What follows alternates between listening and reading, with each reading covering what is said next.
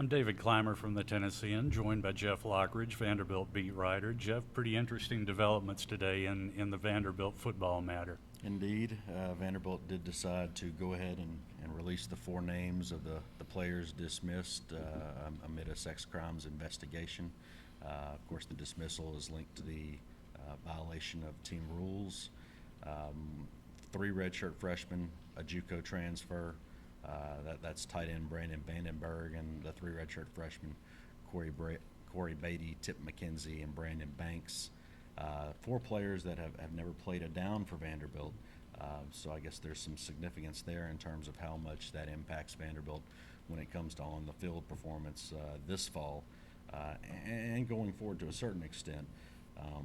But also a preemptive strike, no doubt, when you look at SEC Media Days coming up Thursday, and the fact that James Franklin, who's been silent on this matter up to this point, released a statement in Vanderbilt's email today, and his players were going to get peppered with questions. Well, I think it's certainly a preemptive strike, Jeff, but anyone that thinks this shifts everything off the incident and completely onto football at SEC Media Days is fooling himself or herself.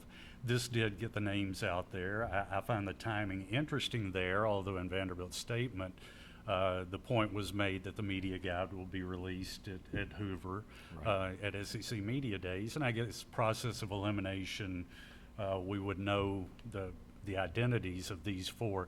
I think the one thing and let's talk about on-field for a minute. You mentioned that. I think Vandenberg, though, clearly as a junior college tight end, brought a presence to their offense, and you saw some things out of him earlier. That probably is, again, just specifically on football, that's the one where there really is a hit taken on the field here. No doubt. Of course, we hadn't seen him in person, but just judging by his JUCO film and the different teams that had given him offers, including Tennessee, that were after him, he had a chance to step in and start right away. Not only given his talent and his size and kind of ability to both do the blocking and the pass catching, which Vanderbilt's kind of been lacking. They got a lot of either or type guys in that spot. But just the fact that tight end has been, you don't want to go so far as to say a weakness, but certainly a void in Vanderbilt's passing game and in their offense. So he was going to have a big impact. Brandon Banks was going to get on the field this year, not as a starter, but he was probably going to be in that defensive backfield rotation. He had shown some promise. Looked very good in spring practice. Beatty was a guy who was interesting, a good athlete, and an Ensworth kid here in Nashville. So you wanted that link to Ensworth, which is that football powerhouse. Speaking of which, they just got another commitment from a kid, Michael Sawyers, from Ensworth. So I guess the Beatty's dismissal didn't necessarily hurt, at least right away in that aspect. But Beatty wasn't going to get on the field probably this year. He was more of a project with him moving to the safety spot. And then Tip McKenzie, who looked really good in the spring, had a big spring game, led the team in receiving yards in that game. Probably wasn't going to play much, if at all, this year because Vandy's got so much veteran depth right now at wide receiver with Jordan Matthews and Chris Boyd. But down the road, he was going to be a player for them. And you talked about recruiting. I think that's one of the more impressive things that has happened since the incident surfaced.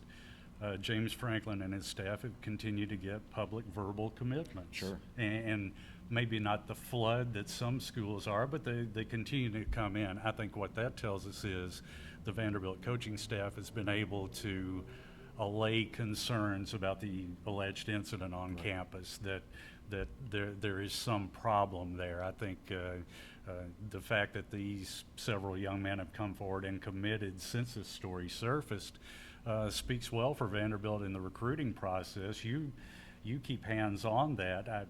I suspect you're not aware of any real negative situation that seems to be coming out of this. No, and based on a story I wrote a little over a week and a half ago, I guess, this seems to be the one area where nobody feels like it's going to have an impact. The high school kids just don't seem to care about some of these off-the-field issues as long as they're brushed aside and there's no lingering effects that will impact them directly.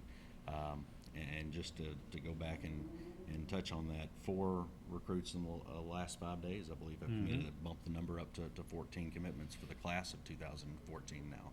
And we also see that with today's announcement, C.J. Duncan and Mitch Parsons, two kids who had signed with Vanderbilt. Mitch had legitimately signed. C.J. I think had done more of just a cosmetic signing on National Signing Day.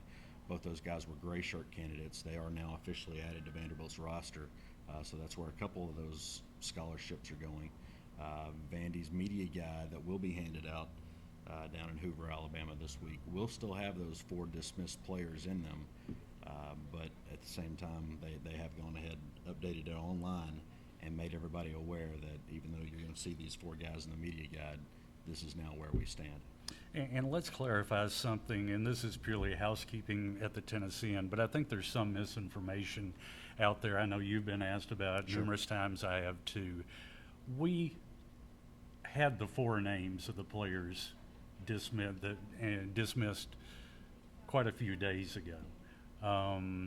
We were unable to publish it because our confirmation did not come from Vanderbilt. The confirmation came from other areas, and we felt, the management of the paper, I think, correctly felt that identifying the players who had been dismissed from the team without confirmation specifically from Vanderbilt was simply not the right way to go. Yeah, had multiple independent sources with firsthand knowledge that had told us these were the 4 guys, and we had our stories written and ready to go. But unfortunately, couldn't quite see the fruits of our labor until now. So what's the next step here, Jeff? We know that the evidence is at the TBI crime lab. Right. No charges have been filed. I think we need to make Correct. that very clear at this point in time. Don't know if they will be filed. But from Vanderbilt football moving forward, you have media days this week, practice beginning when? Within 2 weeks, I'm sure. Sure, camp. And how will Vanderbilt coaches, players be able to sort of ignore any distractions here? What do you think will be that situation?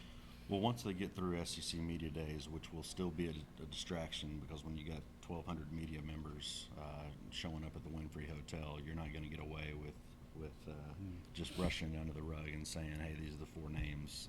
There's your bite for dinner, and now go away and don't ask for dessert.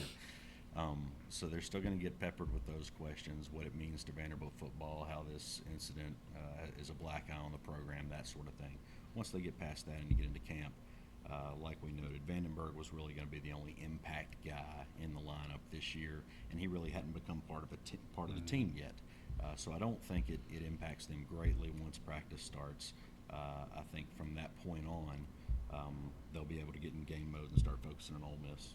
So that's where we wind things up at this point in time. Certainly story still developing, investigation ongoing.